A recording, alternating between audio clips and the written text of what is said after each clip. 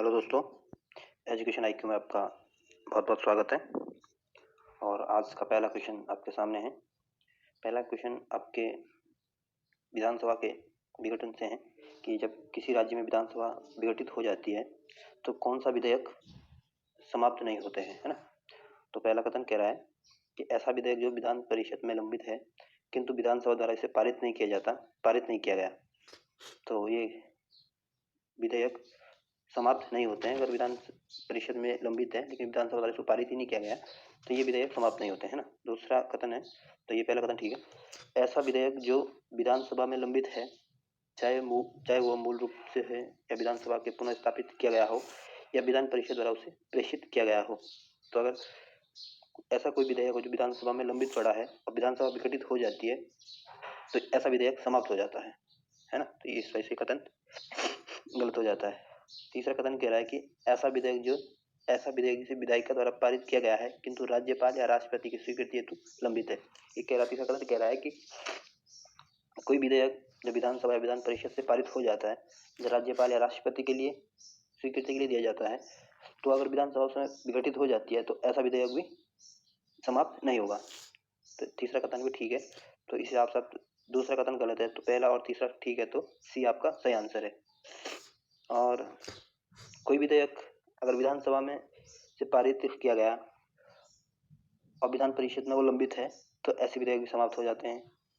और कोई विधेयक अगर विधानसभा में पारित हो गया, विधान परिषद से भी पारित हो गया और राज्यपाल ने राष्ट्रपति के पुनर्विचार के लिए लौटाया है ना, राष्ट्रपति ने पुनर्विचार के लिए इसको लौटा दिया है, तो ऐसे विधेयक भी समाप्त नहीं होते हैं। और जो आपकी विधान परिषद है ये स्थायी सदन है, जबकि जो विधानसभा ये आपका अस्थायी सदन है। और विधानसभा का विघटन किया जाता है लेकिन विधान परिषद का विघटन नहीं होता है। नेक्स्ट क्वेश्चन है, ये कह रहा है कि राज्यसभा के उपाध्यक्ष के बारे में पूछा गया है और आपको ये बताना कौन सा कथन सही है। तो पहला कथन कह रहा है कि उपराष्ट्रपति सदन के सदस्यों के मध्य से उपाध्यक्षों की एक तालिका को नाम निर्दिष्ट करता है। तो पहला कथन ठीक है। जो राज्यसभा का जो सभापति होता है वो आपका उपराष्ट्रपति होता है। अगर सभापति अनुपस्थित रहता है तो उस समय उसका कार्य उपाध्यक्ष करता है।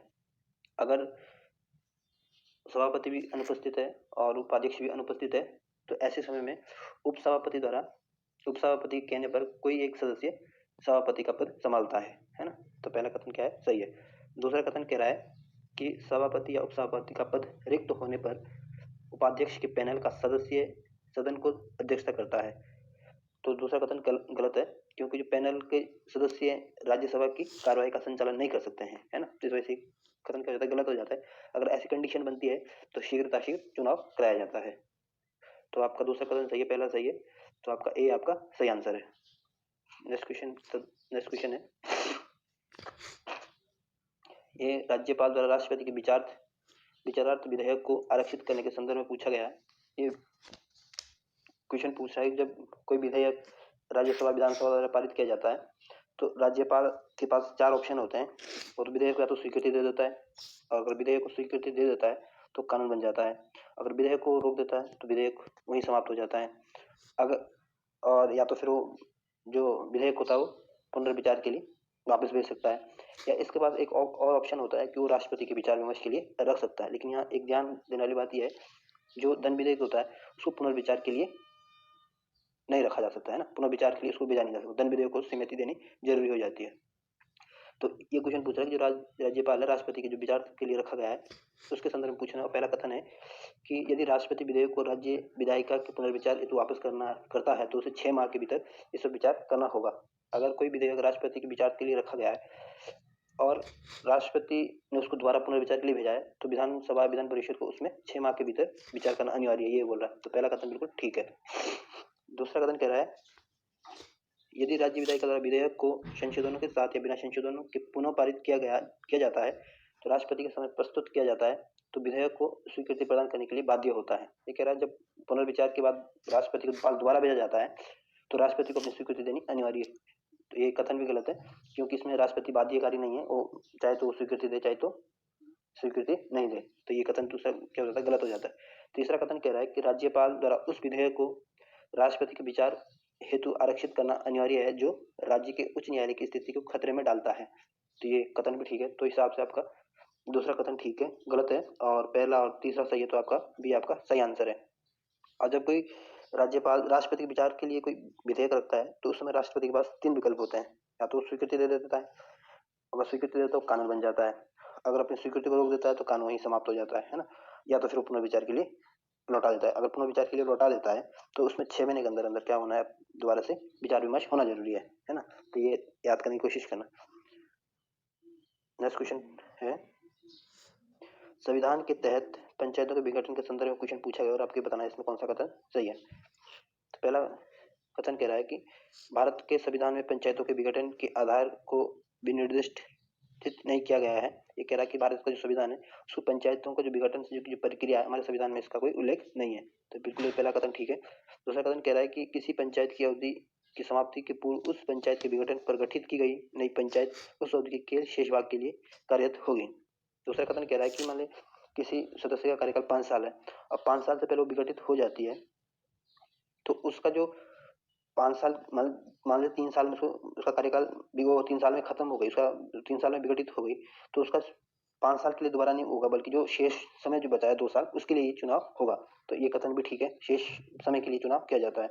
और ये ध्यान देने वाली एक और बात यहाँ पे, अगर 6 महीने से कम रह गए तो चुनाव कराने की कोई आवश्यकता नहीं, फिर चुनाव नहीं होते हैं। तो पहला और दूसरा दोनों कथन सही है, तो इस हिसाब से आपका सी आपका सही आंसर है। और पंजाब हाई कोर्ट ने 2006 में एक फैसला दिया था कि जो इसको विघटन करने का जो अधिकार है और वो केवल राज्य द्वारा ही घोषित किया जा सकता है ना। तो नेक्स्ट क्वेश्चन की तरफ चलते हैं। नेक्स्ट क्वेश्चन आपके राज्यपाल के संदर्भ में पूछा गया है और आपको ये बताना है कि जो राज्यपाल की जो योग्यता है उसका निर्धारण दिया गया और इसको आपके बताने से कौन सी कथन सही है ना। तो पहला कथन कह रहा है कि राज्यपाल बनने के लिए भारत का नागरिक होना चाहिए, तो ये पहला कथन ठीक है। दूसरा कथन कह रहा है कि वह उस राज्य से संबंधित नहीं होना चाहिए जहां से उसे नियुक्त किया गया है। तो वैसे तो ये आपको कथन देखने में ठीक लग रहा होगा कि हाँ, जो जिस जहाँ का जो राज्यपाल होता है उसको वो किसी और राज्य का होता है, वहाँ अक्सर आपने देखा होगा वहाँ का राज्यपाल नहीं होता है। तो संविधान में ऐसा कोई उल्लेख नहीं है कि उस राज्य का वो नहीं होना चाहिए हो, लेकिन ये एक परंपरा बनी हुई है, इस वजह से ये कथन क्या हो जाता है, गलत हो जाता है ना। तीसरा कथन कह रहा है कि वह 35 वर्ष पूरी कर चुका हो, तो ये तीसरा कथन भी ठीक है। कह रहा है कि 35 साल से अगर कम हो तो राज्यपाल नहीं बन सकता है। तो दूसरा कथन गलत है, पहला और तीसरा ठीक है, इस हिसाब से आपका बी आपका सही आंसर है।